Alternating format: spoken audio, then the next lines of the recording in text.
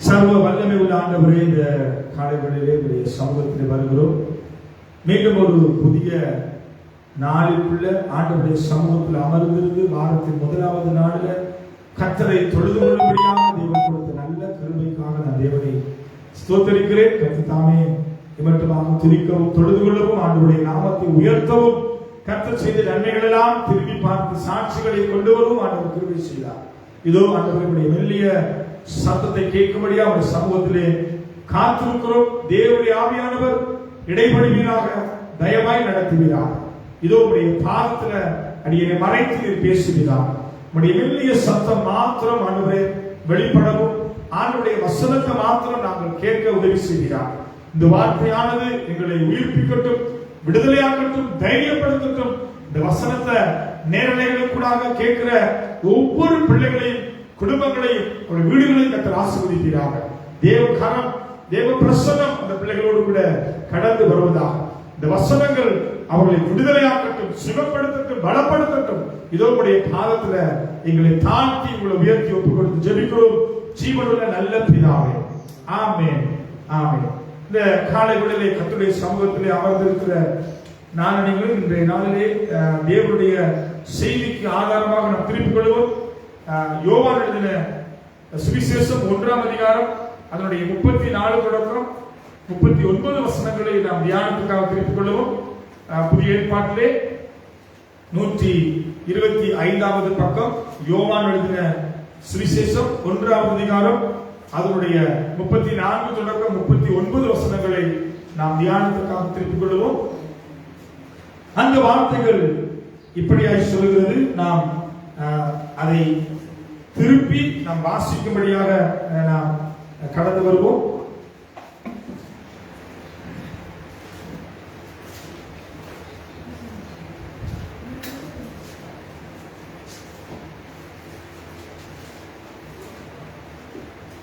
இந்த சம்பவங்கள் யோவான் ஸ்நானகன் அங்கே திருமுழுக்கு கொடுக்கிற பொழுது அங்கே 2 சீசர்களை உருவாக்கின அல்லது 2 சீசர்கள் கர்த்தரை பின்பற்றின பொழுது நடந்த ஒரு சம்பவத்தை நான் உங்களுக்கு காண்பித்துக் கொடுக்கிறேன். 34வது வசனத்திலே நான் வாசிக்கிற பொழுது, அந்தபடியே நான் கண்டு இவரே தேவனுடைய குமாரன் என்று சாட்சி கொடுத்து வருகிறேன் என்றான். மறுநாளிலே யோவானும் அவருடைய சீசர்கள் 2 பேரும் நிற்கும் போது இயேசு நடந்து போகிறதை அவன் கண்டு, இதோ தேவ ஆட்டுக்குட்டி என்றான். அவன் அப்படி சொன்னதை 2 சீசர்களும் கேட்டு இயேசுவுக்கு பின் சென்றார்கள். இயேசு திரும்பி அவர்கள் பின் செல்கிறதை கண்டு, என்ன தேடுகிறீர்கள் என்றார். அதற்கு அவர்கள், ரபி, நீர் எங்கே தங்கி இருக்கிறீர் என்று கேட்டார்கள். இந்த வசனங்களை நாம் தியானிக்கிற பொழுது அதிலே பார்க்கிறோம். 38வது 2வது பகுதி சொல்கிறது. முதல் பகுதி இயேசு திரும்பி அவர்கள் பின் செல்லுகிறதை கண்டு என்ன தேடுகிறீர்கள் என்றார். இந்த காலத்துல கிறிஸ்துவுக்குள்ள வாழ்ந்து கொண்டிருக்கிற நானும் நீங்களும் ஏதோ ஒன்றை தேடும்படியாக இந்த சமூகத்தில் அமர்ந்திருக்கிறோம். இன்றைக்கு தேவ சமூகத்திலே அமர்ந்திருக்கிற தேவ பிள்ளைகளாகி உங்களை பார்த்து நான் கேட்பேன், ஆனால் எதற்காக நீங்க இந்த இடத்தில் அமர்ந்திருக்கிறீர்கள் அல்லது என்ன நோக்கத்தோடு எதை தேடி வந்திருக்கிறீர்கள் சொல்லி நான் உங்களை பார்த்து கேட்பேன். ஆனால் உங்கள் இருதயத்திலே ஒரு தேவை அல்லது ஒரு நோக்கம், ஏதோ ஒரு எதிர்பார்ப்போடு கூட தேவ சமூகத்தில் நீங்க வந்திருக்கலாம். இந்த எதிர்பார்ப்புகள் என்ன என்று நான் உங்களை பார்த்து கேட்பேன். ஆனால் நீங்க என்ன சொல்வீர்கள்? நம்முடைய ஏதோ ஒரு எதிர்பார்ப்பு, நம்முடைய தேவை என்ன, நம்முடைய விருப்பம் என்ன, நாம் எதற்காக இயேசுவை பின்பற்றுகிறோம் என்று சொல்லி உங்களை பார்த்து நான் கேட்பேன். ஆனால் நீங்கள் என்ன பதில் எனக்கு தருவீர்கள்? எதற்காக நீங்க தேவனை பின்பற்றுகிறீர்கள்? அல்லது உங்களுடைய தேவை என்ன, உங்களுடைய விருப்பம் என்ன, நீங்கள் எதற்காக இயேசு கிறிஸ்துவை பின்பற்றுகிறீர்கள் அல்லது அவரை நீங்கள் தொழுது கொள்ளுகிறீர்கள் சொல்லி பார்த்து கேட்பேன். ஆனால் பல நேரங்களில் நாம் கொடுக்கிற காரியம், கொடுக்கிற சான்று இந்த பூமியிலே வாழுகிற நம்முடைய இன்மைக்கான காரியங்களுக்காக அநேக நேரங்களில் நம் ஆண்டவரை தேடுகிறது உண்டு. ஆனால் நாம் அவரை பார்த்து சொல்ல வேண்டும், ஆண்டவரே, நான் உம்மை பின்பற்றுவது உம்முடைய ராஜ்யத்துக்குள்ளே வந்து இருப்பதற்காக நாம் அவரை பின்பற்றுகிறோம் என்று சொல்லுகிறவர்கள் இன்றைக்கு அநேகம் குறைவு.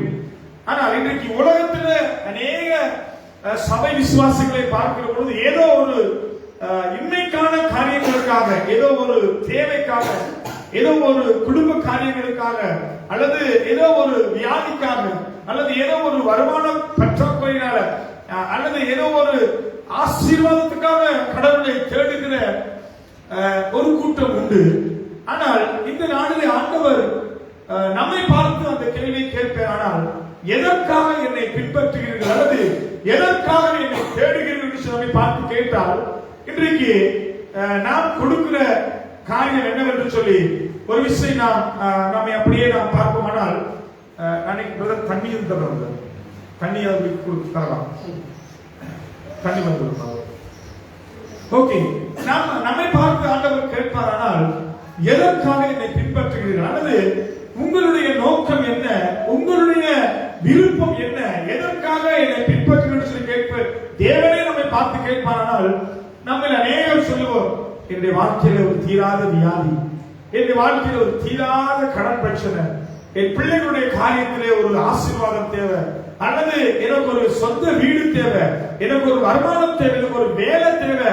இப்படி பல காரியங்களை நாம் தேவனுக்கு முன்பதாய் வைத்து அந்த இன்மைக்கான எதிர்பார்ப்புகளோடு கூட தேவ சமூகத்தில் வந்து அமர்கிறது. அநேக நேரங்களிலே நாம் அப்படிப்பட்ட உணர்வோடு கூட அமர்ந்து இருக்கிறோம். ஆனால் இந்த சம்பவத்தை நான் உங்களுக்கு காண்பித்துக் கொள்ள விரும்புகிறேன். இந்த பகுதியிலே அந்த இயேசு திரும்பி அவர்கள் பின் செல்கிறதை கண்டு என்ன தேடுகிறீர்கள் என்றால், அதற்கு அவர்கள், ரபி, நீர் எங்கே தங்கி இருக்கிறீர்கள் என்று சொல்லி அவர்கள் ஆண்டவரை பார்த்து கேட்கிறதை நான் பார்க்கிறோம். இன்றைக்கு நம்முடைய வாழ்க்கையில நானும் நீங்களும், வேதம் சொல்கிறது, வேதத்தில் ஒரு வார்த்தை உண்டு, ஒருவன் என்னை பின்பற்றி வர விரும்பினால் அவன் தன்னைத்தானே வெறுத்து தன் சிலுவை எடுத்துக்கொண்டு என்னை பின்பற்றி வர கடவுள் என்று சொன்ன வார்த்தைகள் படி, நானும் நீங்களும் தேவனை பின்பற்றுகிற பொழுது, அல்லது தேவனை நாம் பின்தொடர்கிற பொழுது ஆண்டவர் நம்மை பார்த்து கேட்பார், என்ன, எதற்காக என்னை பின்பற்றுகிறீர்கள், அல்லது எதற்காக என்னை தேடுகிறீர்கள் சொல்லி ஆண்டவர் கேட்கிற பொழுது நான் நீங்களும் சொல்ல முடியும், ஆண்டவரே, நீர் எங்கே தங்கி இருக்கிறீர், நீர் எங்கே வாசம் பண்ணுகிறீர், ஆண்டவரே, உம்முடைய வாசம் பண்ணுகிற வசிப்பிடம், உம்முடைய வீடு எது என்று சொல்லி கேட்கிறவர்களாய் நாம் இருப்போமா, அல்லது என்ன தேடுகிறீர்கள் என்று சொல்லி உங்களை பார்த்து கேட்கிற பொழுது, ஐயோ, என் பிள்ளைக்கு ஒரு நல்ல வரம் தேடுகிறேன், அல்லது ஒரு நல்ல வேலை தேடுகிறேன், அல்லது ஒரு நல்ல வீடு தேடுகிறேன், அல்லது ஏதோ ஒரு காரியத்தை நான் தேடிக்கொண்டிருக்கிறேன் என்று சொல்லி நாம் சொல்லக்கூடியவர்களாக நாம் நிற்கிறோமா? எனக்கு பிரியமான சகோதரே, சகோதரியே, நானும் நீங்களும் தேவனுக்கு முன்பதாக நிற்கிற பொழுது நாம் அழிந்து போகிற இன்மைக்கான காரியத்தை நாம் தேடாதபடிக்கு, அழியாததும் நித்தியமுமான தேவனுடைய நித்தியத்தை நாம் தேடுகிறவர்களாய் மாற வேண்டும். இந்த நிச்சயமும் இந்த ஏக்கமும் தான் நமக்குள்ள இருக்க வேண்டும். இன்றைக்கு இந்த ஏக்கமும் இந்த நிச்சயமும் நமக்குள்ளே காணப்படுகிறதா? அதனாலே இன்மைக்கான காரியங்களுக்காக நாம் அவரை பின்பற்றினால் அது சீக்கிரம் அழிந்து போய்விடும். உலகத்தினுடைய காரியங்களுக்காக இன்றைக்கு அநேக நேரங்களில் நாம் அநேகரை நாம் சந்தித்து பேசுகிற பொழுது, இன்றைக்கு அழகையான ஒரு சாட்சியை சகோதரர் சொன்னார். நான் பலத்த ஒரு தோல்வியான ஒரு வாழ்க்கை, ஒரு பலவீனத்தில் இருக்கிற பொழுது ஆண்டவரை நான் விட்டு தூரமாய் போனேன். தேவன் என்னை தேடி வந்தார், திரும்பவும் என்னை சேர்த்துக் கொண்டார், எனக்கு சுகம் கொடுத்தார். நான் அநேக நேரங்களில் அவரை விட்டு தூரமா இருந்து என் வாழ்க்கையில பல விதத்துல நான் துக்கப்படுத்தினேன். பல நேரங்களில் நான் தேவனை மறுதலிக்க ஒரு மனுஷனா இருந்து, ஆனால் தேவன் எனக்கு ஒரு பெரிதான வியாதியை கொடுத்து அவரை பின்பற்ற எனக்கு உதவி செய்தார் என்று சொல்லி அருமையான ஒரு சாட்சியை சகோதரர் சொன்னார். நம்முடைய வாழ்க்கையில வருகிற எல்லா விதமான உபத்திரவங்கள், வியாகுலங்கள், நெருக்கங்கள், பாடுகள், இவை அனைத்துமே நம்முடைய வாழ்க்கையில சத்துருவாக பிசாசானவன் கொண்டு வருகிற பொழுது நான் நீங்கள் அறிந்து கொள்ள வேண்டும், இவைகளின் நிமித்தம் தேவன் நம்மை சிட்சிக்கிறார், தேவன் இவைகளை அனுமதித்திருக்கிறார். இதனால நாம் தேவனிடத்திலே சார்ந்து கொள்ள வேண்டும், தேவனை பின்பற்ற வேண்டும் என்கிற உணர்வு நமக்குள்ளே காணப்பட வேண்டும்.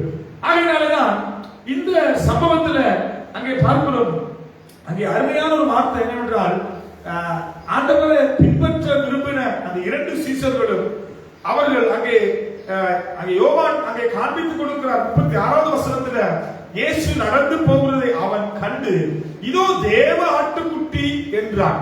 அங்க பாருங்க, தேவாதி தேவன் யார் என்பதை மாத்திரம் தான் காண்பித்துக் கொடுத்தான். யார் அந்த ஆட்டுக்குட்டியானவர்? நமக்காக ஜீவனையே கொடுக்கும்படியாக பிதாவாகிய தேவனுடைய வலது பாசத்தில் வீற்றிருந்த தம்முடைய குமாரன் இந்த பூமிக்கு ஆட்டுக்குட்டியாக அனுப்பி வைக்கப்பட்டார். அந்த ஆட்டுக்குட்டியானவரை இனம் கண்ட யோவான் இன்னொருவருக்கு காண்பித்துக் கொடுக்கிறார். அவரே அந்த ஆட்டுக்குட்டியானவர் என்று சொல்லி காண்பித்துக் கொடுக்கிற பொழுது பாருங்க, அவன் அப்படி சொன்னதை 2 சீஷர்கள் கேட்டு இயேசுவுக்கு பின் சென்றார்கள். இன்றைக்கு நமக்கு சத்தியம் கொடுக்கப்பட்டிருக்கிறது, நமக்கு ஆண்டவர் இயேசு கிறிஸ்துவை குறித்து அறிவிக்கப்பட்டிருக்கிறது. நானும் நீங்களும் அவரை பின்பற்றி அவரை பின் சென்று அவரை பின்தொடர்ந்து அவருடைய சமூகத்தில் வந்து அமர்ந்திருக்கிறோம்.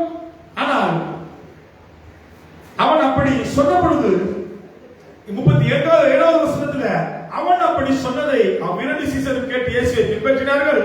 இயேசு திரும்பி அவர்கள் பின் செல்கிறதை கண்டு என்ன தேடுகிறீர்கள் என்றார். அதற்கு அவர்கள், ரபி, நீர் எங்கே தங்கியிருக்கிறீர் என்று கேட்டார்கள். எனக்கு பிரியமான சகோதரி சகோதரியே, நான் நீங்களும் ஆண்டவருடைய வாசஸ்தலத்தை தேடுகிறோமா, அல்லது அவரிடத்தில் இருந்து இன்மைக்கான அழிந்து போகிற இந்த காரியங்களுக்காக நாம் தேவனை பின்பற்றுகிறோமா? இன்றைக்கு தொடர்ந்து நான் உங்களோடு கூட காண்பித்துக் கொடுக்க விரும்புகிறேன். இயேசுவை பின்பற்றினார்கள், அவருடைய வாசஸ்தலத்தை விரும்பினார்கள்.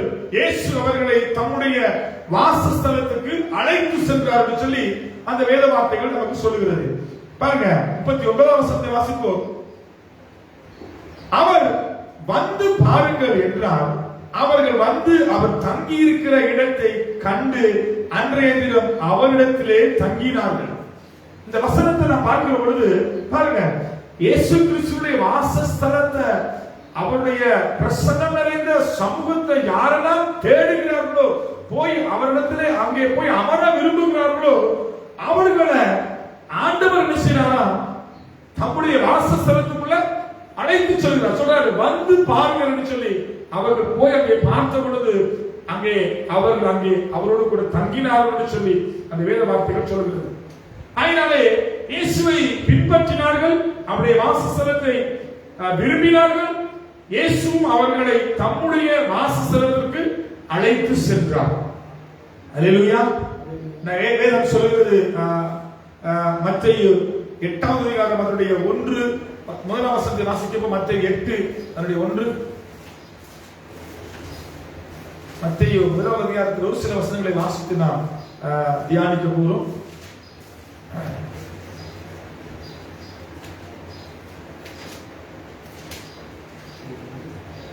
முதலாவது அதிகாரம் அங்கே 1வது வசனம், மன்னிக்கணும், மத்தேயு 8வது அதிகாரம் 1.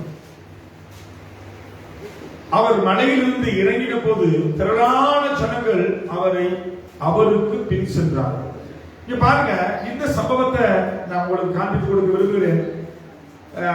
ஆண்டவர் இயேசு கிறிஸ்து பூமியிலே வாழ்ந்த காலத்துல அவர் 33 வருஷம் பூமியிலே வாழ்ந்தார். 30 வருஷம் ஒரு நல்ல ஒரு தகப்பனுக்கு தாய்க்கு நல்ல ஒரு மகனாக அவர் ஜீவித்தார். 30 வயதிலே அவர் திருமுழுக்கு பெற்றார். 3 வருஷம் அவர் தம்முடைய ஊழியத்தை ஆரம்பித்தார். அவர் பரமேறி செல்கிற பொழுது தன் ஜீவனையே சிலுவையில் அடித்து கொடுக்கும் பொழுது அவருக்கு 33 வயசு என்று சொல்லி வேதம் நமக்கு சான்று கொடுக்கிறது. இந்த 3 வருஷ காலம் கர்த்தராகிய இயேசு கிறிஸ்து வேதம் சொல்லுது, கிராமங்களோடு பட்டணங்களோடு சுற்றித்திருந்து நன்மை செய்கிறதாகவும் பிசாசின் பிடியில் அகப்பட்ட யாவரையும் குணமாக்குகிறதாகவும் சுற்றித் இருந்தார். அப்ப ஆண்டவராகிய இயேசு கிறிஸ்து எங்கெல்லாம் போனாரோ அங்கெல்லாம் ஒரு கூட்ட ஜனம் அவரை பின்தொடர்ந்தது, அவரை பின்பற்றினது, அவருக்கு பின் சென்றார்கள் என்று சொல்லி பல இடங்களில் நாங்கள் வேதத்தில் வாசித்து பார்க்கிறோம். அதுல ஒரு சம்பவம் தான் மத்தேயு 8ஆம் அதிகாரத்துல 1வது வசனம். அவர் மலையில் இருந்து இறங்கின போது திரளான ஜனங்கள் அவருக்கு பின் சென்றார்கள். அங்கே பார்க்கிறோம், அங்கே குஷ்டரோகியில் ஒருவர் அங்கே வந்து அவரை பணிந்து கொண்டு, ஆண்டவரே சித்தமான என்னை சுத்தமாக்கும் என்று சொல்கிறார். ஆண்டவர் அவனுக்கு ஒரு தெய்வீக சுகத்தை கொடுக்கிறார். பின்பதாக 18ஆம் வசனத்தை நாம் வாசிக்கிற பொழுது, பின்பு திரளான ஜனங்கள் தம்மை சூழ்ந்திருக்கிறதை இயேசு கண்டு அக்கறைக்கு போக கட்டளையிட்டார். பாருங்க, எல்லாரும் அவர் சூழ்ந்திருக்கிறாங்க. எதற்காக சூழ்ந்திருக்கிறாங்கன்னா, ஆண்டவர் கொடுக்கிற அப்பத்துக்கும் மீனுக்கும். அவரிடத்துல போனா என்ன கிடைக்கும்? சாப்பாடு கிடைக்கும். வேற என்ன கிடைக்கும்? நல்ல திருப்தியான சாப்பாடு கிடைக்கும், சுகம் கிடைக்கும். அவரிடத்துல போனா சமாதானம் கிடைக்கும். அவரிடத்துல போனா மகிழ்ச்சி உண்டாகும். இப்படிப்பட்ட அழிந்து போகிற காரியத்துக்காக ஒரு கூட்டம் ஆண்டவரை பின்பற்றுகிறது. இந்த ஜனங்களை பார்ப்போமானால் 1வது வசனத்துல திரளான ஜனங்கள் அவருக்கு பின் சென்றார்கள். ஆனா ஆண்டவர் ஒரு விஷயம் சொல்ற ஜனங்களை பார்த்து, பின்பு திரளான ஜனங்கள் தம்மை சூழ்ந்திருக்கிறதை இயேசு கண்டு அக்கறைக்கு போக கட்டளை இட்டார் என்று சொல்லி அந்த வேத வார்த்தைகள் சொல்கிறது. அல்லேலூயா. 23ஆம் வசனத்தை வாசிப்போம். 23. இயேசுவானவர் அவருடைய வீட்டிலே வந்து 23 அவர் படகிலே ஏறின போது அவருடைய சீசர்கள் அவருக்கு பின் சென்றார்கள். 18 சொல்றாரு, ஜனங்கள் கூடிட்டாங்க. இந்த ஜனங்கள் எல்லாரையும் பார்த்து சொல்றாரு, அக்கறைக்கு போவோம் என்று சொல்லி அங்கே கட்டளையிட்டார். ஆனா 23ஆம் அதிகாரத்துல வசனத்துல பார்க்கும் பொழுது, அவர் படகிலே ஏறின போது அவருடைய சீசர்கள் அவருக்கு பின் சென்றார்கள். அப்ப எங்க அது திரளான ஜனம்? படகுல எத்தனை பேர் ஏறினாங்க? இந்த சொல்றாரு, நம்ம படகுல ஏறி அக்கறைக்கு போகணும்னு சொல்லி சொன்ன உடனேயும் எத்தனை பேர் படகுல ஏறினாங்க? 23 சொல்லுது. அவங்க சீசர்கள் மாத்திரம் ஏறி இருக்காங்க. அப்ப அவரோட கூட இருந்த மற்ற ஜனங்கள் எல்லாம் எங்க போயிட்டாங்க? 22 பாப்போமா? 22 சொல்றாரு. ஓகே, இப்ப நான் உங்களுக்கு தெளிவா நான் காண்பி கொடுக்க விரும்புகிறேன். இயேசு கிறிஸ்து போய் நிக்கிற இடத்துல எல்லாம் ஜனக்கூட்டம் அவரை நெருக்கிட்டு இருக்கிறாங்க, தேடுறாங்க, ஓடி வராங்க, பாக்குறாங்க. ஜனக்கூட்டத்துல திரளான ஜனங்கள் வருது. ஆனா இயேசு ஒரு இடத்துக்கு போறதுக்கு கூப்பிடும் பொழுது எத்தனை பேர் வராங்க? ஒருத்தர் இல்லை, சீசர்கள் மட்டும்தான் அவரை பின்பற்றி போறாங்க. இப்ப அக்கறைக்கு போவாங்க கூப்பிட்டு யாரும் இல்ல, ஒருத்தருமே இல்ல. அல்லேலூயா. ஜனங்கள் எதுக்கு கூடுறாங்க? அற்புதத்துக்கு ஜனங்கள் கூடுறாங்க, அக்கறைக்கு ஜனங்கள் இல்ல. ஹலோ, எதுக்கு ஜனங்கள் கூடுது? அற்புதத்துக்கும் அடையாளத்துக்கும் ஜனங்கள் கூடுது. அக்கறைக்கு போவாங்கன்னு சொன்னா ஒருத்தரே காணல. சீசர்கள் மாத்திரம் படகுல ஏறினாங்க. Right, okay. அப்ப அற்புதத்திற்காக திரளான ஜனங்கள் அவரை பின்பற்றுறாங்க. அக்கறைக்கு போறதுக்கு 12 பேர் மாத்திரம் தான் ஆயத்தமா இருக்கிறாங்க. ரைட். அப்ப இயேசுவை பின்பற்றுகிறோம் என்று சொல்லுகிற பொழுது அக்கறைக்கு போகிறதுக்கு இன்னைக்கு ஜனங்களுக்கு விருப்பம் இல்லை. ஆனா இந்த 12 பேர் மாத்திரம் தான் அவரை பின்பற்ற விரும்புறாங்க. இந்த 12 பேருடைய நோக்கம் என்னன்னா, கடைசி வரைக்கும் இயேசுவோட இருக்கணும். அவர் அக்கறைக்கு இல்லை, எந்த கரைக்கு போனாலும் என்ன செய்யக்கூடாது? அவரை மட்டும் விட்டுறக்கூடாது. ரைட். ஆகையினாலதான் அந்த 12 பேருடைய பேர் பட்டியலும் அவர்களுடைய சரித்திரமும் வேதத்தில் நமக்கு எழுதி சான்றாக கொடுக்கப்பட்டிருக்கிறது. அவர்களுக்கு தேவன் தம்முடைய ராஜ்யத்தில் அவர்கள் நினைவு கூர்ந்து அவர்களுக்கு அருமையான வாய்ப்புகளை ஆண்டவர் அவர்களுக்கு கொடுத்திருக்கிறார். அப்ப நான் இங்க உங்களுக்கு காண்பித்துக் கொடுக்க விரும்புறேன் என்று சொன்னா, அப்ப இன்னைக்கு அக்கறைக்கு போறதுக்கு ஆட்கள் இல்ல, அற்புதத்துக்கு தான் ஆட்கள் கூட்டம். அல்லேலூயா. சரி, நம்ம பார்க்கிறோம். இன்னொரு சம்பவத்தை காண்பித்து கொடுக்க நீங்க திருப்ப தேவை. தெரிஞ்ச சம்பவம் தான். ஆண்டவரிடத்துல 10 குஷ்டரோகிகள் வர்றாங்க. வந்து சொல்றாங்க, இப்படி சோமையில் சொல்லும் பொழுது ஆண்டவர் என்ன செய்றாரு, அவர்களுக்கு அடையாளமாக இதை போய் செய்யுங்கன்னு சொல்லும் பொழுது அங்கே அவர்கள் போய் அதை செய்தோடனே எத்தனை பேர் சொன்னாங்க? எத்தனை பேர் சொன்னாங்க? 10 பேரும் சொன்னாங்க. எத்தனை பேர் திரும்பி வந்தா? ஒரு பேர். மிச்சம் 9 பேர் எங்க? அவங்க வந்த நேரம் முடிஞ்சிச்சு, அவங்க போயிட்டாங்க. எதுக்கு வந்தாங்க? அற்புதத்துக்காக தான் வந்தாங்க. அற்புதத்தை பெற்றுக் கொண்டாங்க, போயிட்டாங்க. ஆனா அவங்க அக்கறைக்கு வரல. எங்க நின்றுட்டாங்க? அற்புதத்தோட நின்றுட்டாங்க. திரளான ஜனங்கள் அவரை பார்க்கபடி வந்திருந்தாங்க. போன இடத்துல எல்லாம் என்ன கொடுத்தாரு? சாப்பாடு கொடுத்தாரு, அப்பம் கொடுத்தாரு, மீன் கொடுத்தாரு, 5 அப்பத்தை 2 மீனையும் சாப்பிட கொடுத்தாரு. 5000 பேர் சாப்பிட்டாங்க. 12 கூடையில மிதிச்சு எங்கெல்லாம் போனாங்களோ அங்கெல்லாம் அவங்களுக்கு எல்லாமே கிடைச்சது. ஆனா படகுல ஏறி அக்கறைக்கு போகுதுனையும் ஒருத்தருமே ஏறல. ஒரு இடத்துல ஆண்டவர் படகுல ஏறி அக்கறைக்கு போறாரு. அவர் போறதுக்கு முன்னாடி ஒரு கூட்டம் அங்க போய் இருக்குது. சொல்லுது, அந்த கூட்டம் சொல்லுது எப்படின்னா, நீங்க இப்பதானே வாரீங்க, நாங்க முன்னமே வந்துட்டோம். உடனே அவர் கேட்கிறாரு, எதுக்காக என்னை பின்பற்றி வந்தீங்க? நான் கொடுக்குற அப்பத்துக்கு மீனுக்கு தானே. அல்லேலூயா. நான் உங்களோடு கூட பேசுகிற காரியம் என்னவென்றால், கடவுளை அறிஞ்சிருக்கிற நானும் நீங்களும் இன்னைக்கு அற்புதங்கள், அடையாளங்கள், ஆச்சரியமான காரியங்கள் நம்முடைய வாழ்க்கையில தேவை. ஆனா இவைகள் அல்ல நாம் பின்பற்ற வேண்டியவைகள். நானும் நீங்களும் பின்பற்ற வேண்டிய காரியம் என்னவென்றால், தேவனுடைய ராஜ்யம். அங்கே நான் முதல் பகுதிகளை வாசிக்கிற பொழுது அழகா அவங்க சொல்றாங்கல்ல, என்ன சொல்றாங்க? 1 யோவான் 1 சொல்றாங்க. அவர் கேட்கும் பொழுது என்ன சொல்றாரு? உம்முடைய அது வசனத்தை திரும்ப வாசிப்போம். யோவான் 1:34.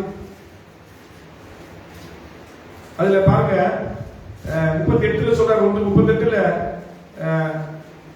என்ன தேடுகிறீர்கள் என்று சொல்லி கேட்ட பொழுது அதற்கு அவர்கள், ரபி, நீர் எங்கே தங்கி இருக்கிறீர், உம்முடைய வாசஸ்தலம் எங்கே என்று சொல்லி அவர்கள் கேட்டு அங்கே போய் அவர்கள் என்ன செய்யறாங்க? அமர்ந்து இருக்கிறார்.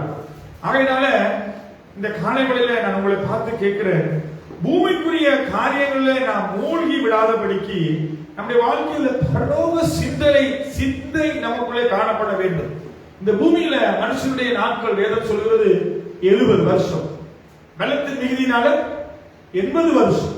80 வருஷத்துக்கு பிறகு 85 90 சரி, உங்களுக்கு ஒரு 100 மட்டும் தாரணே. அதுக்கு பிறகு நீங்க என்ன செய்வீங்க? இந்த பூமியில நம்மளால இருக்க முடியுமா? எவ்வளவு நாள் இருக்க முடியும்? இப்பெல்லாம் 40 30 எல்லாம் போய் சேருது இல்லையா? மிஞ்சி போனா வேதம் சொன்ன மாதிரி பலத்தின் மிகுதியினாலும் 80 வருஷம் நீ வாழ்ந்து கொள்ளு. இந்த 80 வருஷம் வாழ்க்கைக்குள்ள இப்ப பிரதருக்கு ஆண்டவர் ஒரு அற்புத சுகத்தை கொடுத்திருக்கிறாரு. எத்தனை வயசு உங்களுக்கு? 54 வயசு. ஆனா வேதம் நமக்கு கொடுத்திருக்கிறது ஒரு 80 வயசு தான். பலத்தின் மிகுதியினால அங்க மாறி கஷ்டப்பட்டு ஒரு மாதிரி நம்ம கஷ்டப்பட்டு வாழ்ந்தா ஒரு 80 வருஷம் வாழலாம். அந்த 80 வருஷத்துக்கு பிறகு நாம மரணத்துக்கு முகம் கொடுத்தே ஆகணும். ரைட்? அப்ப இன்னைக்கு நாங்க வாஞ்சையா, ஆசையா, தாகமா தேடுகிற இந்த சுகம், இந்த அற்புதம், நாங்க சேர்த்து வச்ச சொத்து, பணம், வீடு, காணி, பூமி, பேரு, புகழ் எல்லாத்தையும் என்ன செய்யணும்? விட்டுட்டு போக வேண்டிய ஒரு சூழ்நிலை வரும். ரைட்? நான் உங்களை பார்த்து கேட்கிறேன், கடைசி வரைக்கும் நம்ம இங்கேயே நம்ம இருக்கணும் யோசிச்சமா இருந்தால் நம்மளால முடியாது. ஆனா நமக்கு ஒரு முடிவு உண்டு.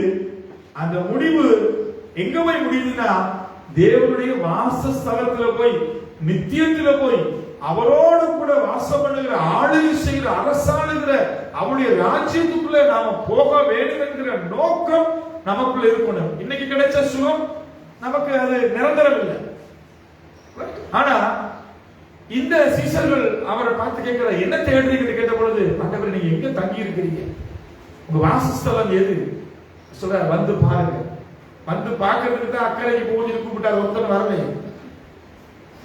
ஒருத்தர் படகுல ஏறல. எல்லாரும் எதிர நின்றுட்டாங்க.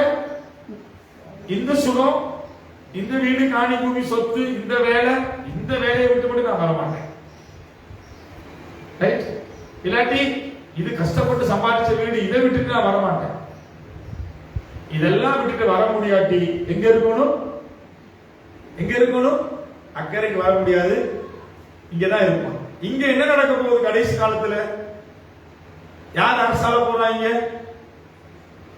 சத்துரு பிசாசாகி அதி கிறிஸ்து வந்து இங்க ஆளுகை செய்யும் பொழுது நீ வீடு காணி குணி எல்லாம் வச்சுக்கிட்டு நீ இங்க இரு. நாங்க யார் யாரெல்லாம் அக்கறைக்கு போறதுக்கு ஆயத்தமா இருக்கிறாங்களோ, அவருடைய வாசஸ்தலத்துக்கு போறதுக்கு ஆயத்தமா இருக்கிறாங்களோ அவங்க எல்லாம் என்ன செய்யறாங்க? போயிடுவாங்க. யார் இருப்போம்? யார் இருப்போம் இந்த பூமியில? ரைட்.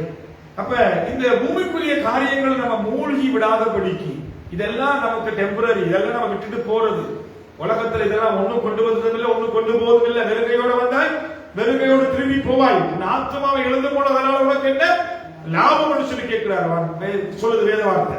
அதனால இதெல்லாம் நமக்கு தேவைதான். ஆனா இதுலயே நம்ம மூழ்காதபடிக்கு, ஆண்டவரிடத்துல அப்பத்தை மீனையை வாங்கி சாப்பிட்டாங்க, சுகத்தை பெற்றுக் கொண்டாங்க, எல்லாத்தையும் பெற்றுக் கொண்டாங்க. ஆனா ஆண்டவர் சொல்றார், வா அக்கறைக்கு போக சொல்லும் பொழுது ஒருத்தருமே வரல. அவங்களோட விருப்பம் எல்லாம் என்ன? இந்த மீனும், இந்த சாப்பாடும், இந்த அப்பமும், இந்த சுகமான வாழ்க்கை இது இருந்தா போதும்.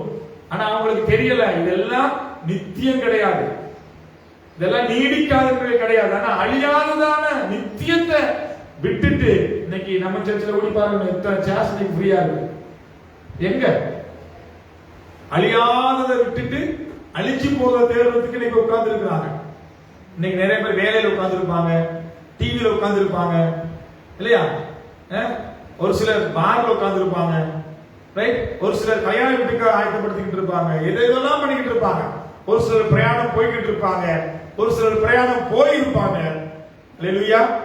ஆனா இங்க என்ன நடக்குதுன்னா, நித்தியத்துக்கு போறத மறந்துட்டு அனித்தியமான அழிந்து போற காரியத்துக்குள்ள மூழ்கி அதுல இன்னைக்கு நாங்க நின்று கொண்டிருக்கிறோம்.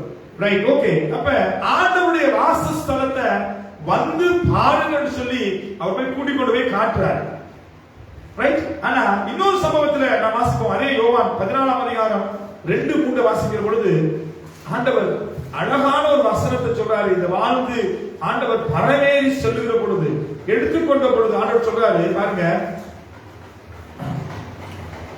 யோவான் 14:1-2-3 வசனங்களில நாம் பார்க்கிற பொழுது இந்த வார்த்தைகள் இப்படியாக சொல்கிறது. பழைய புதிய ஏற்பாட்டில் 149வது பக்கம் 14:1-2, உங்கள் இருதயம் கலங்காதிருப்பதாக தேவனிடத்திலே விசுவாசமாய் இருங்கள், என்னிடத்திலே விசுவாசமாய் இருங்கள். என் பிதாவின் வீட்டிலே அநேக வாசஸ்தலங்கள் உண்டு, அப்படி இல்லாதிருந்தால் நான் உங்களுக்கு சொல்லி இருப்பேன். ஒரு ஸ்தலத்தை உங்களுக்காக ஆயத்தம் பண்ணுகிறேன். நான் போய் உங்களுக்காக ஸ்தலத்தை ஆயத்தம் பண்ணின பின்பு நான் இருக்கிற இடத்துக்கு நீங்களும் இருக்கும்படி நான் மறுபடியும் வந்து உங்களை என்னிடத்திலே சேர்த்துக் கொள்ளுவேன். அங்க வேதம் என்ன சொல்லுது? கலங்காதீங்க, கவலைப்படாதீங்க, விசுவாசத்தோடு நம்பிக்கையோடு இருங்க. என் பிதாவின் வீட்டில் அநேக வாசஸ்தலங்கள் உண்டு, நான் போய் உங்களுக்கு ஒரு வாசஸ்தலத்தை ஆயத்தம் பண்ணுறேன். நான் போய் திரும்பி வந்து உங்களை கூட்டிட்டு போய் நான் இருக்கிற இடத்திலே உங்களை நான் என்ன செய்வேன்? உங்களை என்னிடத்திலே சேர்த்துக் கொள்ளுவேன். இந்த சம்பவத்தில் உங்களுக்கு என்ன காண்பித்து கொடுக்க போறேன்னா, இந்த வசனங்கள் வந்து ஆண்டவர் மறித்து உயிர்த்தெழுந்து பரமேறி சொல்லுகிற பொழுது பேசின காரியங்கள் சொல்றாரு. நீங்க கவலைப்படாதீங்க, உங்களை நான் திக்கற்றவர்களாய் விடல, உங்களிடத்துல நான் வருவேன், என் மேல விசுவாசமா இருங்க, காத்திருங்க, நான் போகிறேன், திரும்ப வருவேன். எதற்காக போகிறேன்னா, உங்களுக்கு ஒரு ஸ்தலத்தை ஆயத்தம் பண்ணேன். அல்லேலூயா. ஆயத்தம் பண்ணிட்டு வந்து நான் திரும்ப உங்களை கூட்டிட்டு போய் என்னோட நான் உங்களை வச்சு சேர்த்துக் கொள்வேன். நீங்க என்னோட நித்தியத்துக்கும் என்னோட கூட வாழுகிற ஒரு ஸ்தலத்தை உங்களுக்கு ஆயத்தம் பண்ணுகிறேன் சொல்லி அங்கே பார்க்கிறோம். ஆண்டவர் அவர்களை பார்த்து, அங்கே ஆண்டவர் அவளை பரிசுத்த ஆவியானவர் அங்கே எடுத்துக்கொள்ளும் பொழுது அவளை பார்த்து சொல்லுகிற சம்பவத்தை நாம் பார்க்கிறோம். இந்த வசனத்துல நான் உங்களுக்கு காண்பித்துக் கொடுக்க விரும்புகிறேன் என்னவென்றால், அன்றைக்கு சீசர்கள் கேட்டாங்க, உங்க வாசஸ்தலம் எங்கேன்னு கேட்டாங்க. எங்க அவருடைய வாசஸ்தலம்?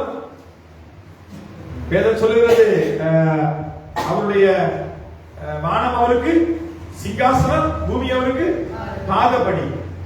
அவர் வானத்துக்கு ஏறுகிறவரும் இறங்குகிறவருமாய் இருக்கிற தேவன். அவர் சொல்றாரு, நான் ஒரு வாசஸ்தலத்தை ஆயத்தப்படுத்திட்டு வந்து உங்களை கூட்டிட்டு போறேன். அப்ப வந்து கூப்பிடுவாரு, வாடா அக்கறைக்கு போகும் பொழுது எத்தனை பேர் வரதுக்கு ஆயத்தமா இருப்பீங்க? அல்லேலூயா. அப்ப நம்ம என்ன சொல்லுவோம்? இதை விட பெரிய வீடு நான் கட்டி வச்சிருக்கிறேன். அல்லேலூயா. இதை விட ஒரு பெரிய வியாபாரத்தை நான் வச்சுக்கிட்டு இருக்கிறேன். இதை விட பெரிய வருமானம் நான் தேடி வச்சிருக்கிறேன். அல்லேலூயா. நீங்க இவ்வளவு நாள் சேர்த்து வச்சது, நீங்க தேடி வச்சது, இன்மைக்காக தேடுனது எல்லாத்தையும் நீங்க என்ன சொல்றீங்க? வேண்டாம் வேண்டாம், எனக்கு இதுதான் முக்கியம். ஆனா நமக்குள்ள இருக்கிற சிந்தனை எல்லாம் நம்ம விட்டுட்டு போறது, எல்லாம் பேரு புகழ் சொத்து சுகம் அவனவன் தந்த வாழ்க்கை குறித்து தேவனுக்கு கணக்கு ஒப்புவிக்க வேண்டியதா இருக்கிறது. நீங்க போய் நிற்கும் பொழுது உங்களோட மனைவி வராது, மனைவியோடு உங்களுடைய பிள்ளைகள் வர மாட்டாங்க, உங்களுடைய வியாபார செயலத்திலிருந்து ஒருவர் உங்களுக்காக வர முடியாது. நான் இன்னைக்கு உங்களை பார்த்து சொல்லுகிறேன், தன் வாழ்க்கை குறித்து தேவனுக்கு கணக்கு ஒப்புவிக்கணும். தனிமையாய் போய் தேவனுக்கு முதலாய் வெள்ளை சிங்காசனத்துக்கு நான் நிற்க வேண்டும். ஆனா அப்படி நிற்கிற பொழுது ஆண்டவர் நமக்காக ஆயத்தப்படுத்தி வைத்திருக்கிற அந்த ஸ்தலத்துல நம்மை கொண்டு போகும்படியாக நம்மை அழைக்கிற பொழுது எத்தனை பேர் நீங்க அதுக்கு ஆயத்தமா இருக்கிறீங்க? அவர் எப்ப வருவாருன்னு நம்ம யாருக்கும் தெரியாது. வேற சொல்றது, மின்னல் கிழக்குல தோன்றி மறை மேற்குல மறைகிற பிரகாரம் வருகை இருக்குமா? ஆனா அதுக்கிடையில நம்ம எப்படி இருக்கணும்? நம்ம எப்படி இருக்கணும்? அக்கறைக்கு போறதுக்கு நமக்கு அக்கறை இல்ல, அற்புதத்துக்காக நம்ம பூமியில வாழ்ந்துகிட்டு இருக்கிறோம். அவரிடத்துல அவருடைய கரத்துல இருந்து ஏதாவது கிடைக்குமா சொல்லி பார்த்துக்கிட்டு அதையே நம்ம நோக்கிக்கிட்டு இருக்கிறோம். அவர் கரத்தை பிடிச்சு எப்படியாவது ஏறி படகுல உட்கார்ந்து அவரோட அக்கறைக்கு போகணும்னு சொல்ற அக்கறை நமக்குள்ள இன்னைக்கு எத்தனை பேர் காணப்படுகிறது? அப்படிப்பட்ட அக்கறை இருந்தா எத்தனை பேருக்கு சமூகத்தில் உட்கார்ந்து இருப்பான்? தேவனை தேடுகிற இருதயமற்றவர்கள். இந்த வசனங்களை நான் உங்களுக்கு அழகா காண்பித்து கொடுக்க விரும்புகிறேன். பாருங்க, அற்புதத்துக்காக திரளான ஜனங்கள் அவரை பின்பற்றினாங்க, அக்கறைக்கு போறதுக்கு ஆட்கள் இல்லை. அதே நேரத்துல பாருங்க, அந்த யோவான் 14 சொல்றாரு, நான் போய் ஒரு வழியை ஒரு ஸ்தலத்தை ஆயத்தம் பண்ண போறேன். அதுல 3 சம்பவங்கள் உண்டு. நான் போய் உங்களுக்காக ஒரு ஸ்தலத்தை ஆயத்தம் பண்ணின பின்பு, யோவான் 14:3. இப்ப என்ன செஞ்சிட்டாரு? அந்த காரியம் முடிஞ்சிருச்சு. அவர் என்ன செஞ்சிட்டாரு? போயிட்டாரு. அல்லேலூயா. என்ன செஞ்சிட்டாரு? அவர் என்ன செஞ்சிட்டாரு? போயிட்டாரு. ஆனா இந்த 2 சம்பவம் நிறைய பேர் இருக்குது. என்னவா?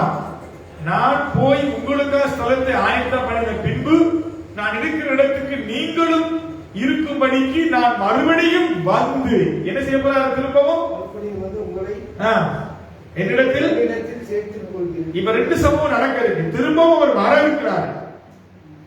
வந்து என்ன செய்ய போறாரு? சேர்த்துக் கொள்ள போறார். அல்லேலூயா.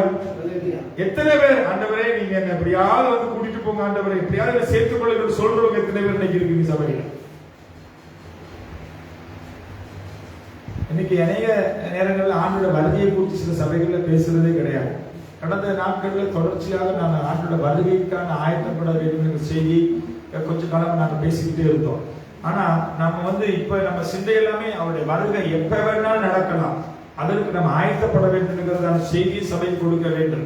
இப்ப அவர் சொல்றாரு, நான் வரப்போறேன், நான் வருவேன், உங்களை கூட்டிட்டு போவேன். அப்ப அவர் நம்மை அழைத்து கொண்டு போக அவருடைய ஸ்தலத்துல கொண்டு போய் நம்ம சொல்ற, நான் உங்களை சேர்த்துக் கொள்ளுவேன் என்று சொல்லுகிற அந்த ஸ்தானத்துக்கு நாம் போக வேண்டுமானால் நாம் என்ன செய்ய வேண்டும்? என்ன செய்ய வேண்டும்? காத்திருக்க வேண்டும். எதற்காக காத்திருக்க வேண்டும்? அக்கறைக்கு போறதுக்கு. எப்படா போட்டு வரும், எப்படா ஏறலாம், இடம் கிடைக்குமா கிடைக்காதா, நம்மளை ஏத்துவானுங்களா ஏத்த மாட்டாங்களா, போகலாமா போக முடியாதா? இன்னைக்கு அக்கறைக்கு போறதுக்கு அக்கறை இல்ல. எது குறிச்சு அக்கறை? பூமியை குறிச்சு அக்கறை. பூமியில அதை கட்டணும், வீட்டை கட்டணும், வண்டி கார் வாங்கணும், ஆட்டோ வாங்கணும், பஸ் வாங்கணும், கடை போடணும், வீடு வாங்கணும், இல்லையா? நல்ல வேலை தேடணும். இந்த வேலையோட இன்னொரு 60,000 சம்பளம் உள்ள ஒரு வேலை இருந்தா அது கூட நல்லா இருக்கும். இப்படியே நம்ம அதைத்தான் தேடுறதே ஒழிய என்னத்தை தேட மாட்டேங்கிறோம். அக்கறைக்கு போறதுக்கு அக்கறை இல்லாம நம்ம உலகத்துல அழிஞ்சு போற காரியத்தை குறித்து தேடிக்கிட்டே இருக்கிறோம். எத்தனை பேர் அக்கறைக்கு போறதுக்கு அக்கறை இல்லாம உட்கார்ந்து இருக்கிறாங்க வீடுகள்ல? எத்தனை சேர் இன்னைக்கு ஃப்ரீயா இருக்கு? எங்க அந்த வைராக்கியம்?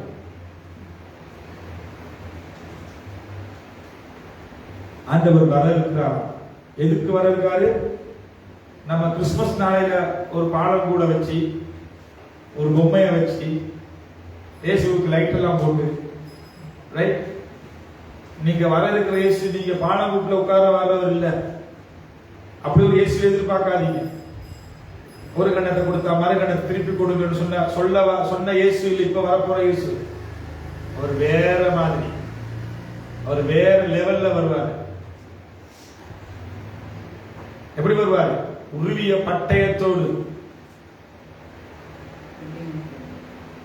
சிங்காசனத்துல வீற்றிருக்கிற தேவனா, நீதியை விசாரிக்கிற தெய்வமா, குற்றமற்றவனை குற்றமற்றவனாய் விடாத, ஒரு பாவத்துக்கு தக்க தண்டனை கொடுக்கிற ஒரு நீதி விசாரிக்கிற தேவனுமா அவர் சேனையாக வரப்போறாரு. அவருக்கு போய் நீ லைட் போட்டு காட்டப்படியா? அவருக்கு பாலம் கூடு கட்டி வச்சுட்டு அவன் உட்கார்ந்து சொல்லப்படியா? அவர் வாரது நீ கட்டின பாலம் கூட்டுலையோ அல்லது நீ போடுற லைட்லயோ வந்து உட்கார்றதுக்கு இல்ல. நீதி விசாரிக்க, நியாயம் தீர்க்க, தம்முடைய ஸ்தலத்துல நம்மை கொண்டு போய் அமர பண்ண, நம்மை அழைத்து கொண்டு போக அவர் வர இருக்காரு. எத்தனை பேர் அதுக்கு ஆயத்தமா இருக்கிறீங்க? நாளைக்கு இதை பார்த்து நான் கேட்கிறேன். அழிந்து போற அற்புதங்கள், அடையாளங்கள், சுகம், இதெல்லாம் நமக்கு தேவைதான். இதெல்லாம் நம்ம என்ன செய்யணும்? விட்டுட்டு போறது நித்தியம் அல்ல. இதை விட நித்தியமானது என்ன? அவருடைய அன்புக்குள்ள, அவருடைய சமூகத்துல, அவரோட சேர்ந்து வாழுகிற, அவரோடு இணைக்கப்பட்ட, கட்டப்பட்ட, அவருக்குள்ள வைராக்கியம் உள்ள, அவரோடு கூட நெருங்கிய உறவுள்ள ஒரு வாழ்க்கையை தான் நாம் இந்த நாளிலே நாம் வாழ வேண்டும். அதை விட்டுட்டு ஞாயிற்றுக்கிழமை மாத்திரம் வந்து இடத்துல கதிரையை சூடாக்கிட்டு உட்கார்ந்து இருந்துட்டு அல்லேலூயா சொன்னா அங்க என்ன சொல்றது, சேர்ந்து ஒரு அல்லேலூயா போட்டுட்டு வீட்டுல போயிட்டு மனம் போன போக்குல வாழுகிற வாழ்க்கை அல்ல இது கிறிஸ்தவ வாழ்க்கை. இந்த காலம் சகோதரன் சொன்ன பிரகாரம் நான் ஒரு காலத்துல அப்படி இருந்தேன். ஆண்டவர் என்ன தொட்டார். எதற்காக தொட்டார்? தன்னுடைய ஸ்தானத்துல அழைச்சிட்டு போறது, ஸ்தலத்துக்கு கொண்டு போறது, அக்கறைக்கு கொண்டு போறது. அதனால உங்க மேல அக்கறையா அவர் வந்து உங்களை தொட்டு உங்களை விடுதலாக்கி இருக்கிறார். ஆனா இந்த சுகம் இல்ல நமக்கு மேலானது. இதை விட மேலானது என்ன? அவருடைய ராஜ்யம், அவருடைய சமூகம், அவருடைய ஸ்தலத்துக்கு போறக்கூடிய தகுதி உள்ளவர்களா நாம் வாழ வேண்டும். அல்லேலூயா. அற்புதம் கிடைச்சிருச்சு, சுகம் கிடைச்சிருச்சு, வேலை கிடைச்சிருச்சு, கல்யாணம் நடந்துருச்சு, வீடு கட்டிட்டேன், வாகனம் வாங்கிட்டேன், இதெல்லாம் இங்க ஒரு நாள் போட்டுட்டு போறது. ஆனா இது எல்லாத்தையும் விட என்னது வேணும்? மேலானது. அதை தேடணும். தேவ ராஜ்யத்தை தேடணும். சபை கூடுதலை விட்டுவிடக் கூடாது. தேவனை தேடுகிற இருதயம் உள்ளவர்களாய், அவரை நோக்கி பார்க்கிறவர்களாய், அவருக்காக அர்ப்பணிப்போடு வாழுகிறவர்களாய், அநேகரை கர்த்தருடைய சமூகத்துக்குள்ள நடத்துகிறவர்களாய், அவர் வருகையில நம்மிடத்துல கேட்பாரு, உனக்காக நான் மரித்தேன், எனக்காக நீ என்ன செய்தாய் என்று கேட்டா முதல் கேள்வி அதுதான். என்ன சொல்ல இருக்கு? ஒரு 3 கல்யாணம் கட்டினேன், 3 வீடு வாங்கினேன். அல்லேலூயா. நான் உங்களை பார்த்து கேட்கிறேன். ஆண்டவர் உங்களை பார்த்து கேட்கிற முதல் கேள்வி, என் சிந்தையில வந்து நான் உங்களுக்கு சொல்றேன். அவர் என்ன கேட்பார் எனக்கு தெரியாது. அவர் நம்மை பார்த்து அப்படியாய் கேட்டார், உனக்காக நான் மரித்தேன், எனக்காக நீ என்ன செய்தாய்? ஸ்டீவன் எஸ்ராவையும் யாரு எஸ்ரோனையும் பெத்துக்கிட்டேன். ஒண்ணுக்கு 2 வேலை செஞ்சேன். நைட்ல ஒரு வேலை, டெய்லி ஒரு வேலை. அப்ப டைம் கிடைக்கும் பொழுது போய் சேர்த்துல தலையை காட்டிட்டு வந்தேன். பார்த்து கேட்கிறேன், பார்த்து கேட்க என்ன சொல்ல முடியும்? சொல்றாரு, உண்மையில் உத்தரவுள்ள ஊழியக்காரன் தேவனுடைய ராஜ்யத்துக்குள்ள பிரவேசித்துக்கொள். நாங்கள் அழகான ஒரு சப்ஜெக்ட் போய்கிட்டு இருக்கிறோம். என்னது? பைபிள் ஸ்டடியில போன வாரத்துல தாளங்க குறித்து படித்தோம். போன வாரத்துக்கு முந்தின வாரம் ஆண்டவர் தாளங்க கொடுத்துட்டு கேட்க வரும் பொழுது என்னென்ன சம்பவம் நடந்து படிச்சுக்கிட்டு இருக்கிறோம். அது மாதிரி ஆண்டவர் உங்களை பார்த்து கேட்பாரு, நான் கொடுத்த தாளம் எங்க? வேதம் சொல்லுகிறது, சந்தர்ப்பம் வாய்த்தாலும் வாய்க்காவிட்டாலும் கர்த்தருடைய சுவிசேஷத்தை சொல்றதுல நீங்க ஜாக்கிரதை உள்ளவராக இருக்கணும். எவ்வளவு நேரம் ஒரு நாளைக்கு எத்தனை அவிசுவாசியை நாம சந்திக்கிறோம். நம்ம வியாபாரம் செய்யற இடத்துல, பஸ்ல டிராவல் பண்ணி போற நேரத்துல, ஆட்டோல போகும்பொழுது, பாடசாலையில வேலை செய்யற இடத்துல எத்தனை பேரை சந்திக்கிறோம். ஒரு நாள் இயேசு உனக்காக மரித்தார், ஒரு பாவங்களை அவர் சுமந்தார். ஒரே வழி பரலோகத்துக்கு அவர்தான் வழி, அவர்தான் சத்தியம், அவர்தான் ஜீவன். அவருடைய ரத்தம் தான் நம்முடைய பாவங்களை மன்னிக்கிறது. அவர் இல்லாம நமக்கு நித்தியம் இல்லை. எல்லா தெய்வங்களும் மரித்து போனாங்க, மரணத்தை ஜெயித்தவர் அவர் தான். இன்னைக்கு உயிரோடு இருக்கிறான்னு சொல்லி ஒரு 2 நிமிஷம் இவ்வளவு சொல்றதுக்கு எவ்வளவு நேரம் போகும்? எவ்வளவு நேரம் போகும்? ஒரு 30 செகண்ட் சொல்றோம். அரசியல் பேசுறோம், அடுத்த வீட்டு காரியங்களை குறித்து பேசுறோம், அடுத்த வீட்டு மனசியை குறித்து பேசுறோம், அடுத்த வீட்டு குடும்பத்தில் இருக்கிற எல்லா ஊழல்களையும் பேசுறோம். கர்த்தர் நமக்காக செய்த நன்மையான காரியங்களை அவரை குறித்து ஒரு 30 செகண்ட் இயேசு நேசிக்கிறார். பிச்சைக்காரனை பார்த்தாலும் 10 ரூபா போடும் பொழுது ஒரே ஒரு வார்த்தை சொல்லு, இயேசு நேசிக்கிறார். இது இல்ல உன் வாழ்க்கை. ஆண்டவர் உன்னுடைய தரித்திரத்தை எல்லாம் அவர் சிலுவையில் சுமந்தார். எவ்வளவு நேரம் போகும்? சிக்னல் இருந்து சொல்றது எவ்வளவு நேரம் போகும்? சிக்னல்ல எத்தனை பிச்சைக்காரங்களை நீங்க பாக்குறீங்க? அது ஒரு சந்தர்ப்பம். சில வேளையில காசு கொடுக்க மாட்டோம், சத்தியம் சொல்ல மாட்டோம். ஒரு 10 ரூபாய் தூக்கி போட்டு சொல்லு, அம்மா உன்னை இயேசு நேசிக்கிறார். அம்மா இது இல்லை உன் வாழ்க்கை, உன் தரித்திரத்தை, உன்னுடைய எல்லா காரியத்தையும் அவர் சிலுவையில் சுமந்தார். நீ நல்லா சாப்பிட்டு திருப்தியா இருக்கிறபடி அவர் சிலுவையில் பட்டினியாய் பசியாய் இருந்தார். நல்லா உடுத்து நீ சுகமா இருக்கிறதுக்கு அவர் ஆடைகள் குறைவுபட்டார். உடைய அக்கிரம மீறுதல் பாவங்கள் சாபங்கள் எல்லாத்தையும் அவர் கல்வாரியில் சிலுவையில் சுமந்தார். நேசிக்கிற அன்பான ஒரு தேவன் இருக்கிறார். அந்த இயேசுவை தேடிப்போ, எங்கேயாவது போகட்டும். எவ்வளவு நேரம் போகும் சொல்லுகிறோமா? அந்த சீசன் சொல்லிக் கொடுக்கிறான். ஆட்டுக்குட்டியானவர் அவர் தான். ஆட்டுக்குட்டியானவர் சொன்ன உடனே அவர் பின்பற்ற விரும்புகிறான். பின்பற்ற நீங்க உங்க வாசஸ்தலம் எங்கன்னு கேட்கிறான். வந்து பார். அங்க போனோன்னையும் மகிமையான இடத்தை அவன் பார்த்தான். அங்கேயே தங்கிட்டான்னு சொல்லி வேலை சொல்லுது. நீங்க சொல்லுங்க, வந்து பாருங்க தேவனுடைய பிரசன்னத்தை, தேவனுடைய வல்லமை, தேவனுடைய மகிமை. அவருடைய சமூகத்துல வந்து அமர்ந்து பாரு, அவர் ருசிச்சு பாரு. சொன்னார், கர்த்தர் நல்லவர் என்பதை ருசிச்சு பார்க்கணும். ருசிச்சு பார்த்தா தான் அந்த டேஸ்ட் நீங்க சொல்லலாம். நீங்க ருசிக்காதபடியால ஒருவருக்கு உங்களால சொல்ல முடியாது. அதனால சொல்லுங்க, ஆண்டவருடைய ஸ்தலத்துல பிரசன்னத்துல வந்து பாரு. சமாதானம் அங்கதான் இருக்கு, மகிழ்ச்சி, மன மகிழ்ச்சி அங்கதான் இருக்கு. அவர் தேடுகிறவருடைய வாழ்க்கையில ஒரு நாள் குறைவுபடாது. மத்திய 6:33 சொல்றது, முதலாவது தேவனுடைய ராஜ்யத்தையும் அவருடைய நீதியை தேடுங்கள், அப்பொழுது மற்ற எல்லாம் உங்களுக்கு கூட கொடுக்கப்படும். மற்ற எல்லாம் என்று சொல்லப்படுது. ஒருவேளை நீ என்ன பாச திரும்பவும் அந்த உலக ஐஸ்வர்யத்தை சொல்றீங்க, அதுக்கும் வரும். அவருடைய வாசஸ்தலத்துக்கு கொண்டு போகும். மற்றது எல்லாம் நித்தியமும் உண்டு, அனித்தியமான காரியங்களும் உண்டு, அழிந்து போற காரியங்களும் உண்டு, அழியாத காரியங்களும் உண்டு. எல்லாம் என்னென்ன தேவையோ அதெல்லாம் கர்த்தர் உனக்கு சமைத்து கொடுப்பார். எப்ப சமைச்சு கொடுப்பார்? ஃபர்ஸ்ட் கிங்டம் ஆஃப் காட், தேவனுடைய ராஜ்யம், அவருடைய நீதி. வேதம் சொல்லுகிறது 6 நாள் வேலை செய்து 7வது நாள் கர்த்தருடைய நாள். இன்னைக்கெல்லாம் எவ்வளவு உங்களுக்கு வியாபாரம் பண்ணா கிடைக்கும் சாதாரணமா? நான் முதல்ல சந்திக்க சொன்னாரு, கோடி ரூபாய் கொடுத்தா ஞாயிற்றுக்கிழமை வியாபாரம் பண்ண போக மாட்டேன். ஞாயிற்றுக்கிழமை தான் எல்லாரும் வீட்டுல லீவா இருக்கிற நேரம், நல்லா மீன் வாங்கி நல்லா சமைச்சு சாப்பிடுற நாள். ஆனா வந்து தட்டு மூடி இருக்கல, க்ளோஸ். ஆண்ட சமூகத்துக்கு உட்கார்ந்து சனிக்கிழமை ஞாயிற்றுக்கிழமை பிசினஸ் வந்து 1 வீக்கே போதும்.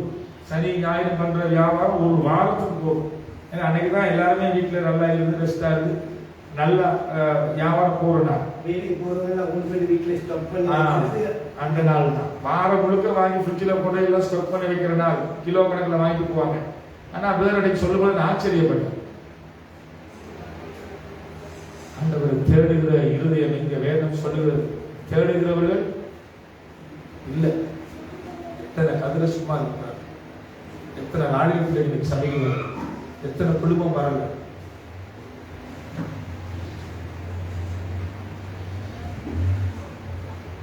ஆண்டவர் அக்கறை மூஞ்சி கூப்பிடும் பொழுது அவங்க இங்க இல்லை. அதில் ஒரு அன்பா கேட்கிற வைராக்கியம் உள்ள ஒரு கிறிஸ்தவ வாழ்க்கை, கடவுளுக்கு பிரியமான ஒரு வாழ்க்கை, பக்தி வைராக்கியம் உள்ள ஒரு வாழ்க்கை சொல்றாங்க. திரும்ப வருவேன், ஸ்தலத்தை ஆயத்தம் பண்ணி உங்களை கூட்டிட்டு போக வருவேன், உங்களை நான் இடத்துல சேர்த்துக் கொள்ளுவேன். அவர் சேர்த்துக் கொள்ள வருகிற பொழுது நீங்க இல்லாட்டி, அவர் எதிர்பார்க்கிற கேரக்டர் உங்களுடைய இல்லாட்டி யார் அவர் சேர்த்துக் கொள்ளுவார்? யார அவர் தன்னுடைய ஸ்தலத்துக்குள்ள அழைத்து செல்லுவார்? யாருக்கு தேவன் தன்னுடைய ஸ்தலத்தை ஆயத்தம் பண்ணிக்கிட்டு இருக்கிறார்? சும்மா எல்லாரும் கொடுப்பாரா? ஒரு பெரிய வீடு கட்டி இருக்கீங்க, அந்த வீடை நீங்க ரோட்ல போற ஒரு மனுஷனை பார்த்தீங்க, வாமா இந்த வீடை நீ வச்சுக்கிறது கொடுப்பீங்களா? கொடுக்குவாங்க. ஆண்டவர் நமக்குன்னு எதை நியமித்திருக்கிறாரோ, எதை நமக்கு ஆயத்தப்படுத்திருக்கிறாரோ அவருக்கு சித்தமானவர்களுக்கு அவர் கொடுப்பார். அதுக்கு நாம ஆயத்தப்படுத்த வேண்டும். வாசிக்கப்பட்ட வேத வார்த்தைகளின்படி இன்மைக்கான காரியங்களை பின்பற்றுகிறோமா அல்லது நித்தியத்துக்குள்ளான காரியத்தை நம்ம பின்பற்றுறோம்? இந்த காரியம் நமக்கு தேவை, வீடு தேவை, வேலை தேவை, சுகம் தேவை, ஐஸ்வர்யம் தேவை, இதெல்லாம் தேவைதான். இதெல்லாத்தையும் விட அதிகமா தேவையானது ஒன்று தேவனுடைய சமூகம், தேவனுடைய ராஜ்யம். அவர் வர இருக்கிறாரு, கூட்டிக்கொண்டு அழைத்து சென்று போக. நீங்க அவர் நீங்க எதிர்பார்த்துக்கிட்டு இருக்கிற மாதிரி அவர் வரமாட்டார். தோல்ல கையை போட்டு அப்படி கூட்டிட்டு போறதுக்கு வரல. அவர் அநியாயம் செய்கிறவன் இன்னும் அநியாயம் செய்யட்டும், அசுத்தமா இருக்கிறவன் இன்னும் அசுத்தமா இருக்கட்டும், நீதி செய்கிறவன் இன்னும் நீதி செய்யட்டும், பரிசுத்தம் உள்ளவன் இன்னும் பரிசுத்தமாகட்டும். இதோ சீக்கிரமாய் வருகிறேன், அவன் அவனுடைய கிரிகளின்படி நான் அளிக்கும் பலன் அவனோடு கூட வரும் என்று வெளிப்படுத்த சொல்றாங்க. ஒருவேளை தேவனை விட்டு தூரமாக இருப்போமானால், உலகத்துக்குள்ள மூழ்கி போய், உலகத்தில் ஞாயிற்றுக்கிழமை இன்னைக்கு எத்தனையோ விசுவாசிகள் இன்னைக்கு ஞாயிற்றுக்கிழமை பிளான் பண்ணியிருப்பான், பின்னர் பீச்சுக்கு போகணும், பார்க்குக்கு போகணும். தேவராஜ்யத்தை விட்டுட்டு செய்கிற காரியம் எல்லாமே தேவனுடைய பார்வையில என்னது? அக்கறைக்கு போக அக்கறை இல்லாத ஒரு கூட்டமா தான் அவருக்கு தெரியும். அதனால ஆண்டவருடைய சமூகத்தில் நாம் நின்று கொண்டிருக்கிறோம். அவரை நோக்கி பார்க்கிறவர்களாய் நம் இருதயத்தை மாற்றுவோம். கண்களை மூடி ஜெபம் செய்வோம். சர்வ வல்லமையுள்ள ஆண்டவரே, இந்த வேளையில் நீர் பேசின நம்முடைய வார்த்தைகளுக்காக நன்றி. ஆண்டவரே, நீர் இதோ சீக்கிரமாய் வர இருக்கு. இமைக்கான காரியங்களை நாங்கள் தேடாதபடி ஆண்டவரே இயேசு கிறிஸ்துவை பின்பற்றவும், ஆண்டவரே உம்மை நாங்கள் தேடவும், முதலாவது ராஜ்யத்தை நீதியும் தேடவும், அற்புதத்திற்காக அல்ல அற்புதரை நாங்கள் தேட, அற்புதத்தை அல்ல அக்கறைக்கு போக ஆயத்தம் உள்ளவர்களாய் இதோ நீர் எங்களுக்காக ஆயத்தப்படுத்தியிருக்கிற ஸ்தலத்துல போய் மோடு தங்கக்கூடிய தகுதி உள்ளவர்களாய் நாங்கள் வாழ எங்களுக்கு உதவி செய்கிறார். ஆண்டவரே, இதோ கர்த்தாவே, இந்த வார்த்தையை கேட்டவர்கள், தீர்மானங்கள் எடுத்தவர்கள், ஆண்டவரே, இதுவரைக்கும் அந்த உலகத்துக்குள்ள நான் வாழ்ந்து கொண்டிருந்தேன், உலகத்துக்கு நான் அங்கே தாகமா இருந்தேன். ஆண்டவரே, நான் தாகமா இருக்க வேண்டியது உண்மையிலே உம்முடைய வார்த்தையில, உம்முடைய சமூகத்துல, உம்முடைய பாதத்தில் என்று சொல்லி தீர்மானம் எடுத்த ஒவ்வொரு பிள்ளைகளையும் கர்த்தர் ஆசீர்வதிப்பீராக. இந்த நேரங்களுக்காக நன்றி செலுத்துகிறோம். உங்க சமூகத்துல இந்த வசனத்தை கேட்டு தீர்மானம் எடுத்த ஒவ்வொரு பிள்ளைகளையும் குடும்பங்களை கர்த்தர் ஆசீர்வதிப்பீராக. நேர அலைகளுக்கு கூட அமர்ந்திருந்து இந்த வார்த்தைகளை கேட்கிற ஒவ்வொரு பிள்ளைகளையும் குடும்பங்களை கர்த்தர் தொடுவீராக. உங்க கரத்துல, உங்களோட மறைவுல, சட்டை மறைவுக்குள்ள வைத்து ஆண்டவரே உம்மை மாத்திரம் நோக்கி பார்க்க, உம்முடைய கரத்தை அல்ல முகத்தை தேட கர்த்தர் கிருபை செய்வீராக. உங்க பாதத்துல ஒப்புக் கொடுக்கிறோம். இந்த ஒவ்வொரு பிள்ளைகளுக்கும் பரத்திலிருந்து ஒத்தாசைகளை அனுப்பி கர்த்தர் அவர்களுக்கு உதவி செய்வீராக. இதோ மாரநாதா, சீக்கிரமாய் வாழும் என்று சொன்ன வார்த்தைகளும்படி காத்திருக்கிறோம். உங்களுடைய ஸ்தலத்துல உமோடு கூட வாசம் பண்ண வாழ எங்களை தகுதிப்படுத்தி, உமக்குள்ளாக நாங்கள் ஸ்திரப்பட பலப்பட ஆண்டவரை தகுதிப்படுத்தி பரிசுத்தத்துல வாழக்கூடிய கிருபை ஆண்டவர் உண்டு பண்ணுவீராக. எந்த சத்துரு தொடாதபடிக்கு, உலக ஐஸ்வர்யமோ, உலக சிற்றின்பமோ, உலகத்தினுடைய காரியமோ எங்களை ஆண்டவரே எங்களை வீழ்த்தி போடாதபடிக்கு இவைகளெல்லாம் ஆண்டவரே நீர் எங்களுக்கு தருகிற தேவன். உண்மையே நோக்கி பார்க்கத்தக்கதான கிருபைகளுக்கு தரும்படியாக உங்க சமூகத்துல எங்களை தரை மட்டும் தாழ்த்தி உங்களை உயர்த்தி துதியும் கனமும் மகிமையும் புகழும் ஸ்தோத்திரத்தையும் உங்களுக்கே செலுத்தி எங்களுக்காய் மரித்து உயிர் தருந்த எங்கள் அன்பு ஆண்டவர் மற்றும் இரட்சகருமாய் இருக்கிற கர்த்தராகிய இயேசு கிறிஸ்துவின் நாமத்துக்கு ஒப்புக் கொடுத்து ஜெபிக்கிறோம் ஜீவனுள்ள நல்ல பிதாவே. ஆமென். God bless you. கர்த்தர் உங்களை ஆசீர்வதிப்பாராக. தொடர்ந்து எங்களோடு கூட இணைந்திருங்க. வாட்ஸ்அப் இலக்கத்துக்கூடாக எங்களுக்கு தொடர்பு கொள்ளுங்க. ஜெப விண்ணப்பங்களுக்கு தெரியப்படுத்துங்க. உங்களுக்காக ஜெபிக்க நாங்கள் காத்திருக்கிறோம். கர்த்தர் நல்லவர். தேவன் தாமே உங்களை ஆசீர்வதிப்பாராக. God bless you.